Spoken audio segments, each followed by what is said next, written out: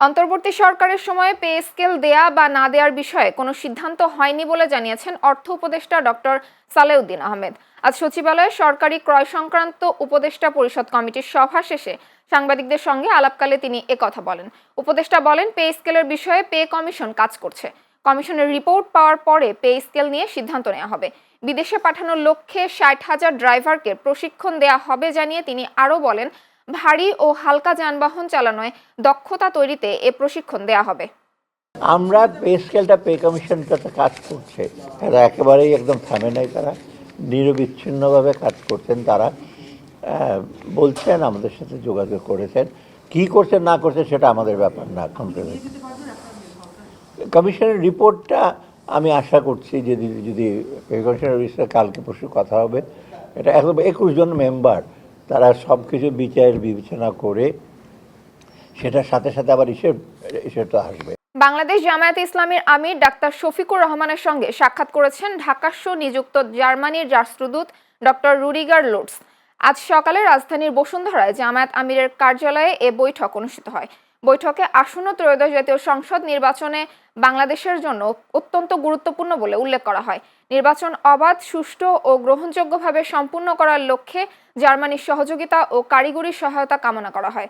একই সঙ্গে বাংলাদেশের নারী সমাজের অধিকার সুরক্ষা, কর্মক্ষেত্রে দক্ষতা বৃদ্ধি এবং সার্বিক উন্নয়নে জার্মানির অব্যাহত সমর্থনের প্রত্যাশা ব্যক্ত করা হয়। এছাড়া বৈঠকে বাংলাদেশের টেকসই গণতন্ত্র ও গণতান্ত্রিক প্রতিষ্ঠানসমূহকে আরও শক্তিশালী করার প্রয়োজনীয়তা নিয়ে গঠনমূলক আলোচনা হয়। উভয় পক্ষ ভবিষ্যতে বাংলাদেশ ও জার্মানির মধ্যে দ্বিপাক্ষিক বাণিজ্য, বিনিয়োগ ও অর্থনৈতিক সহযোগিতা আরও বেগবান হবে বলে আশাবাদ ব্যক্ত করেন। আসন্ন ত্রয়োদশ জাতীয় সংসদ নির্বাচনকে সামনে রেখে নাগরিক সমাজ কেবল ক্ষমতা পরিবর্তন নয়, রাষ্ট্রের কাঠামোগত সংস্কারের সুস্পষ্ট রূপরেখা দেখতে চায় বলে জানিয়েছে সুশাসনের জন্য নাগরিক সুজন। সে লক্ষ্যে গণঅভ্যুত্থানের মধ্য দিয়ে যে বিচার, সংস্কার ও গণতান্ত্রিক উত্তরণের আকাঙ্ক্ষা তৈরি হয়েছে, তার প্রতিফলন রাজনৈতিক দলগুলোর নির্বাচনী ইস্তেহারে স্পষ্টভাবে থাকা দরকার বলে মনে করে সংস্থাটি। এ লক্ষ্যে রাজনৈতিক দলগুলোর ইশতেহারে 15টি মৌলিক সংস্কার প্রস্তাব ও প্রতিশ্রুতি অন্তর্ভুক্ত করার দাবি জানিয়েছে সংগঠনটি। আজ রাজধানীর সিরডাপ মিলনায়তনে গণঅভ্যুত্থানে আকাঙ্ক্ষা, সংস্কার ও নির্বাচনী ইশতেহার শীর্ষক বিভাগীয় সংলাপে এসব প্রত্যাশার কথা তুলে ধরেন সুজনের কেন্দ্রীয় সম্পাদক ও প্রধান নির্বাহী ডক্টর বদিউল আলম মজুমদার। সংলাপে বিভিন্ন শ্রেণী পেশার নাগরিক, গবেষক ও রাজনৈতিক বিশ্লেষকরাও উপস্থিত ছিলেন। সমুদ্র অর্থনীতিতে মৎস্য সম্পদ, এনার্জি সহ যে অপার সম্ভাবনা রয়েছে তার সুষ্ঠু ব্যবহারের জন্য পরবর্তী সরকারকে রূপরেখা দিয়ে যাওয়ার আগ্রহ জানিয়েছেন বাংলাদেশ বিনিয়োগ উন্নয়ন কর্তৃপক্ষ বিডার চেয়ারম্যান চৌধুরী আশিক মাহমুদ বিন হারুন। আজ রাজধানীর একটি হোটেলে বিডা আয়োজিত এক সংলাপে তিনি একথা বলেন। বিডা চেয়ারম্যান বলেন, বাংলাদেশ এখনও সমুদ্রকে অর্থনৈতিক ও বাণিজ্যিক কর্মকাণ্ডের উৎস হিসেবে পুরোপুরি বিবেচনা করতে পারেনি, অথচ ভূমির তুলনায় 10 ভাগেরও কম পরিকল্পনা নিয়ে এটি অর্থনীতিতে বিশাল প্রবৃদ্ধি আনতে পারে। এ সময় উপসাগরীয় অঞ্চলে জনজীবনের নিরাপত্তা, পরিবেশগত উন্নয়ন ও জলবায়ু পরিবর্তনে বাংলাদেশ ও বৃহত্তর অঞ্চল কিভাবে দায়িত্বশীলভাবে সামুদ্রিক সম্পদ ব্যবহার করতে পারে সে ব্যাপারে সমন্বিত উদ্যোগ নেয়ার আহ্বান জানান বিডা চেয়ারম্যান। নেই বিদ্যুৎ, নেই নিরাপদ পানির ব্যবস্থা, যোগাযোগ ব্যবস্থা যেন কষ্টের আরেক অধ্যায়। সন্ধ্যা নামলেই বন্ধ হয়ে যায় সকল কোলাহল। বলছি নওগাঁর বদলগাছি উপজেলার মথুরাপুর ইউনিয়নে যমুনা নদীর বুকে জেগে ওঠা চরের মানুষের কথা। আধুনিক এই যুগে অনেকটা মানবেতর জীবনযাপন করছেন নালুকাবাড়ি গুচ্ছগ্রামের বাসিন্দারা। সরকারি সহায়তার আশায় প্রহর গুনছেন দরিদ্র মানুষগুলো। প্রতিনিধি খালিদ হোসেন মিলুর পাঠানো তথ্য ও ভিডিও চিত্রে বিস্তারিত ডেস্ক রিপোর্টে। নদীর বুকে জেগে ওঠা চরে ছোট্ট গুচ্ছগ্রাম, তবে নেই কোনো ধরনের সরকারি সুযোগ সুবিধা। বিদ্যুৎ সুবিধা না থাকায় সন্ধ্যা নামলেই অন্ধকারে ডুবে যায় পুরো এলাকা। অনুন্নত রাস্তাঘাট, শিশুদের পড়াশোনার জন্য নেই প্রাথমিক বিদ্যালয়। রাতে নিরাপত্তাহীনতা সহ আছে নানা প্রতিবন্ধকতা। ডিজিটাল সুযোগ সুবিধা থেকেও বঞ্চিত। আধুনিক বিশ্ব থেকে যেন এক বিচ্ছিন্ন এলাকা। নাম নালুকাবাড়ি গুচ্ছগ্রাম। নওগাঁর বদলগাছির মাথুরাপুর ইউনিয়নে যমুনা নদীর বুকে জেগে ওঠা চরের মানুষের প্রতিটি দিন কাটে নানা ভোগান্তিতে। আমাদের এখানে প্রথম সমস্যা, আমাদের বাচ্চা কাচ্চা স্কুলে যেতে পারে না, গাড়ি ঘোড়া কোনো আসেই না। এই হারকেন দিয়ে অথবা হারকেনই হচ্ছে আমাদের সম্বল।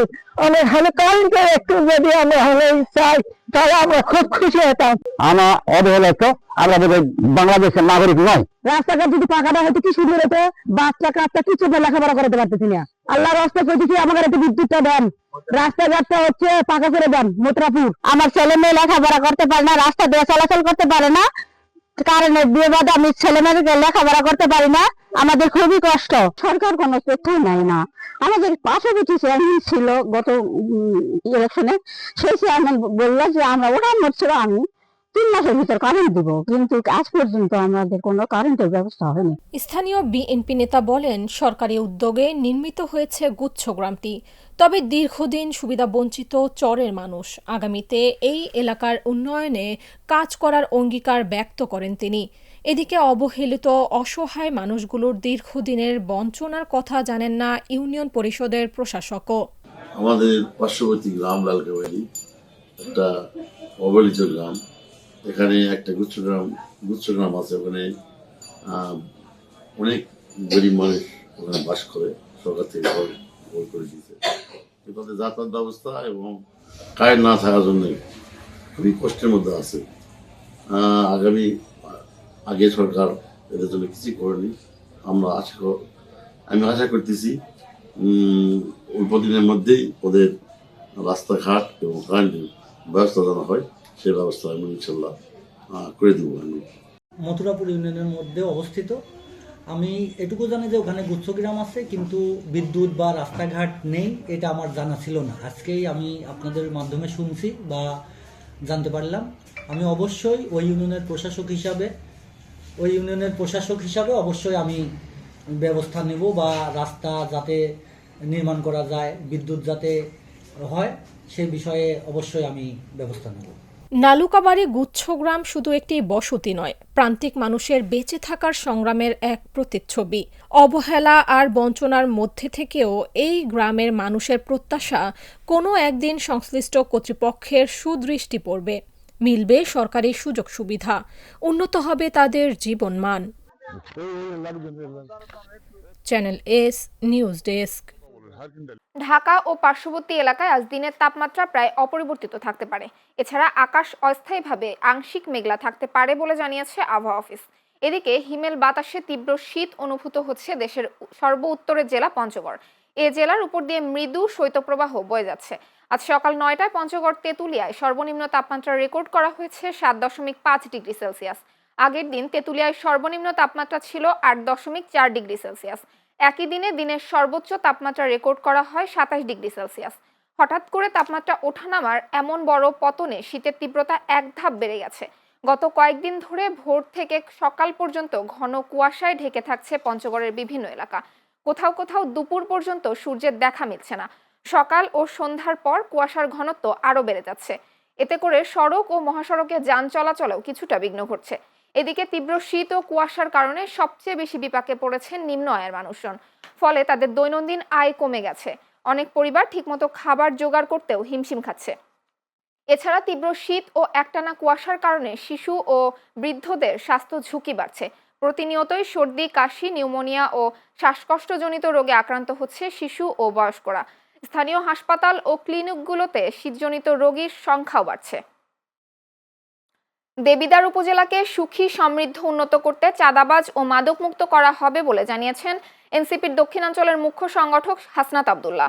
সোমবার বিকেলে কুমিল্লার দেবিদ্বার উপজেলার সুবিল ইউনিয়নের ভারতীয় আগ্রাসন বিরোধী পদযাত্রার শেষে তিনি কথা বলেন। তিনি আরও বলেন, মানুষ এখন সচেতন, তারা জনতাকে সাথে নিয়ে চাঁদাবাজ ও দুর্নীতিবাজদের প্রতিহত করবে। এ সময় জামায়াত ও এনসিপির নেতাকর্মীরা উপস্থিত ছিলেন। সব ধর্মের লোকদের নিয়ে কাজ করতে চায় বিএনপি, ধর্মের নামে বিভাজন করতে চায় না মন্তব্য করেছেন বিএনপির স্বনির্ভর বিষয়ক সম্পাদক অ্যাডভোকেট শিরিন সুলতানা। সোমবার রাতে নরসিংদীর শেখেরচরে বেগম খালেদা জিয়ার রুহের মাগফিরাত কামনায় দোয়া ও শীতবস্ত্র বিতরণ অনুষ্ঠানে প্রধান অতিথির বক্তব্যে কথা বলেন তিনি। শিলমান্দি ইউনিয়ন বিএনপির সভাপতি মোহাম্মদ বোরহান উদ্দিনের সভাপতিত্বে অনুষ্ঠানে বক্তব্য রাখেন নরসিংদী জেলা বিএনপির সহ সভাপতি বিজি রশিদ নওশের, জেলা বিএনপির সদস্য রফিকুল ইসলাম, সদর উপজেলা যুবদলের আহ্বায়ক হুমায়ুন কবির রাসেল ও শিলমান্দি ইউনিয়ন বিএনপির সাধারণ সম্পাদক হারুনুর রশিদ সহ অনেকে। বেগম খালেদা জিয়া ফ্যাসিবাদের বিরুদ্ধে যে শিক্ষা দিয়ে গেছেন, বিএনপি আগামী দিনেও সেই পথে এগিয়ে যাবে বলে আশা ব্যক্ত করেছেন গণসংহতি আন্দোলনের প্রধান সমন্বয়কারী জোনায়েদ সাকি। সোমবার সন্ধ্যায় ব্রাহ্মণবাড়িয়ার বাঞ্ছারামপুর সরকারি কলেজ মাঠে বিএনপি চেয়ারপারসন বেগম খালেদা জিয়ার রুহের মাগফিরাত কামনায় দোয়া ও মিলাদ মাহফিলে তিনি একথা বলেন। উপজেলা বিএনপির সাধারণ সম্পাদক AK-M মুসার সভাপতিত্বে অনুষ্ঠানে উপস্থিত ছিলেন ব্রাহ্মণবাড়িয়া জেলা বিএনপির সাধারণ সম্পাদক মোহাম্মদ সিরাজুল ইসলাম, কৃষিবিদ মেহেদী হাসান পলাশ, জেলা বিএনপির সদস্য VP নাজমুল হুদা ও উপজেলা বিএনপির সাবেক সাধারণ সম্পাদক ইলিয়াস সহ বিএনপি ও অঙ্গ সংগঠনের নেতাকর্মীরা। তারেক রহমান প্রধানমন্ত্রী হলে উন্নয়ন ঘরে ঘরে পৌঁছে যাবে বলে মন্তব্য করেছেন বিএনপি চেয়ারপারসনের উপদেষ্টা ও সাবেক বিরোধী দলীয় চিফ হুইপ জয়নুল আবেদিন ফারুক। সোমবার রাতে সেনবাগ উপজেলার শিলাদি ইউনিয়নে সাবেক প্রধানমন্ত্রী বেগম খালেদা জিয়ার বিদেহী আত্মার মাগফিরাত কামনায় দোয়া ও মোনাজাত শেষে তিনি একথা বলেন। তিনি আরও বলেন, বিএনপি জনগণের ভোটে সরকার গঠন করলে প্রতিটি এলাকায় ফ্যামিলি কার্ড এবং কৃষি কার্ড প্রদান করা হবে। এ সময় উপস্থিত ছিলেন জেলা বিএনপির সদস্য আব্দুল্লাহ আল মামুন ও সাত্তারপাইয়া ইউনিয়ন পরিষদের চেয়ারম্যান আব্দুল রহমান সহ উপজেলা বিএনপি ও সহযোগী সংগঠনের নেতাকর্মীরা। জনগণের ভোটাধিকার ও গণতন্ত্র পুনরুদ্ধারে সবাইকে ঐক্যবদ্ধ থাকতে হবে বলে জানিয়েছেন জাতীয় নাগরিক পার্টির সদস্য সচিব আক্তার হোসেন। সোমবার রাতে রংপুর 4 আসনের পীরগাছা উপজেলার সদর ইউনিয়নের মাছুয়াপাড়ায় আয়োজিত নির্বাচনী পথসভায় তিনি একথা বলেন।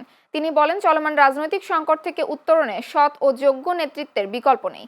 জনগণের প্রত্যাশা পূরণে 11 দলীয় জোট নিরলসভাবে কাজ করছে।